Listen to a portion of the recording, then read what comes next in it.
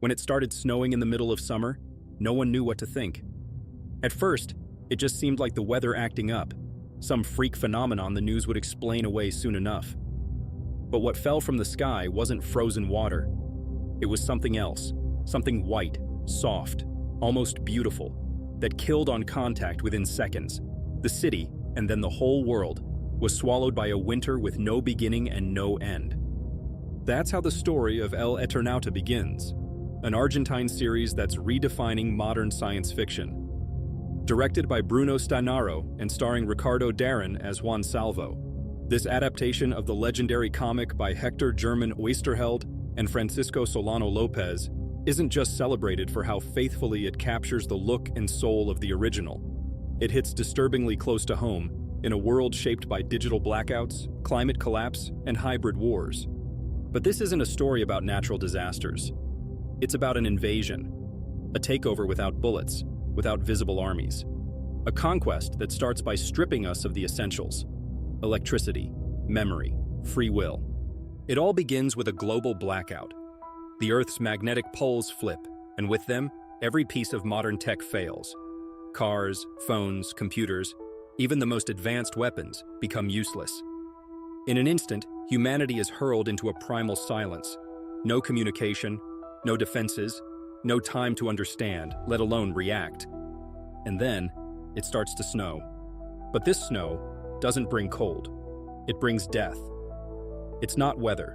It's a biotechnological cleansing weapon. Precise, calculated. Anyone who touches it dies within minutes, suffocating from the inside out.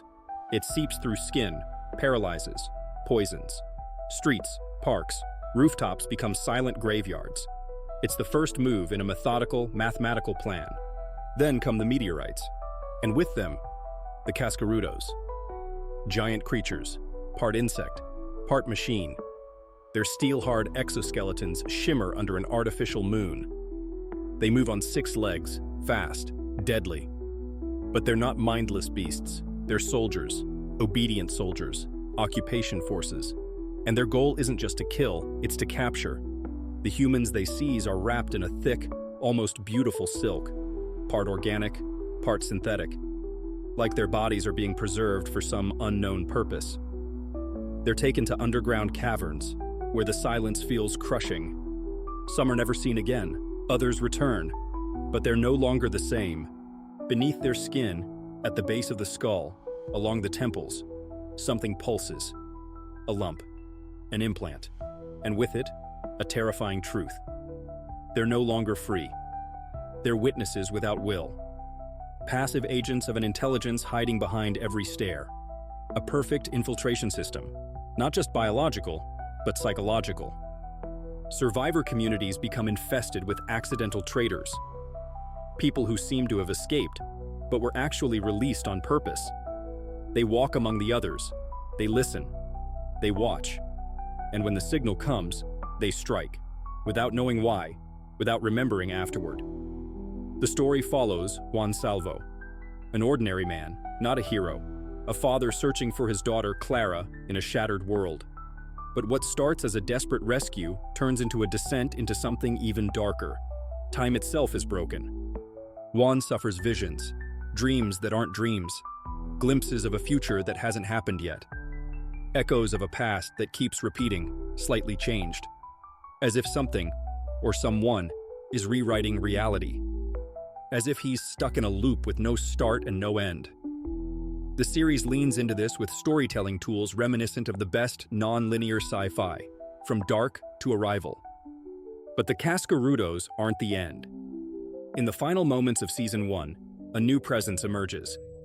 The Manos. Tall, humanoid figures with elegant, deliberate movements.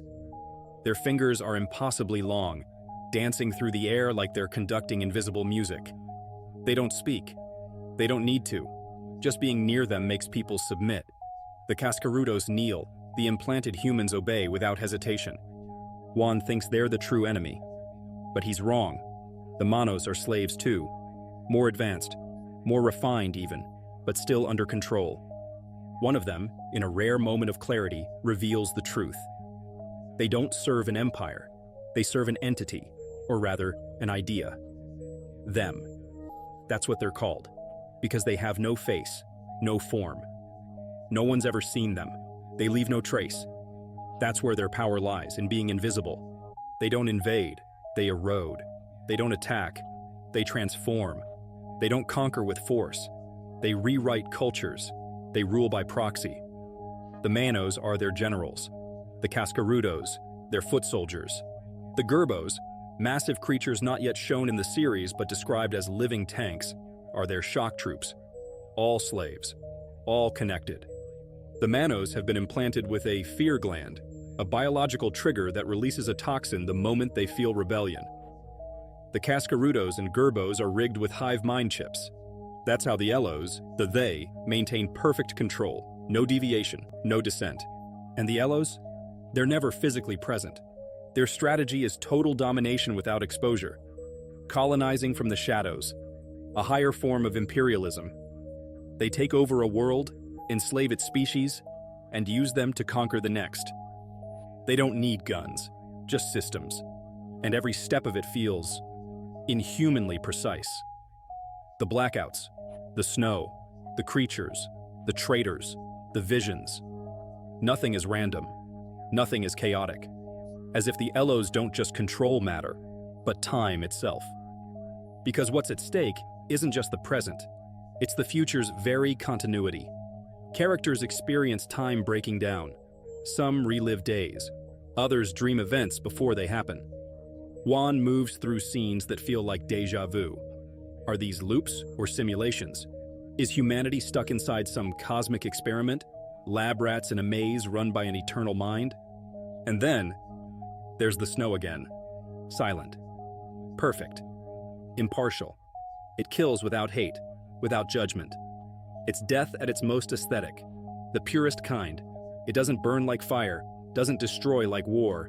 It erases, wipes clean, disappears, as if the universe itself were deleting human history, not out of anger, but out of indifference. And what about the collaborators? Because they exist. Humans who serve the Elos. Some are controlled by implants. Others aren't. The comic and the show both explore these figures.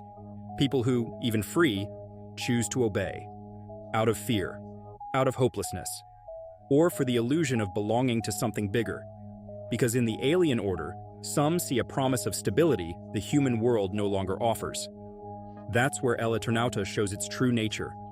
The horror isn't just physical, it's ideological, it's philosophical. What are we willing to give up for safety? How far can a mind go to believe that being a slave is a valid way to live? There are no epic battles in this series, no explosions, no heroes in shiny suits.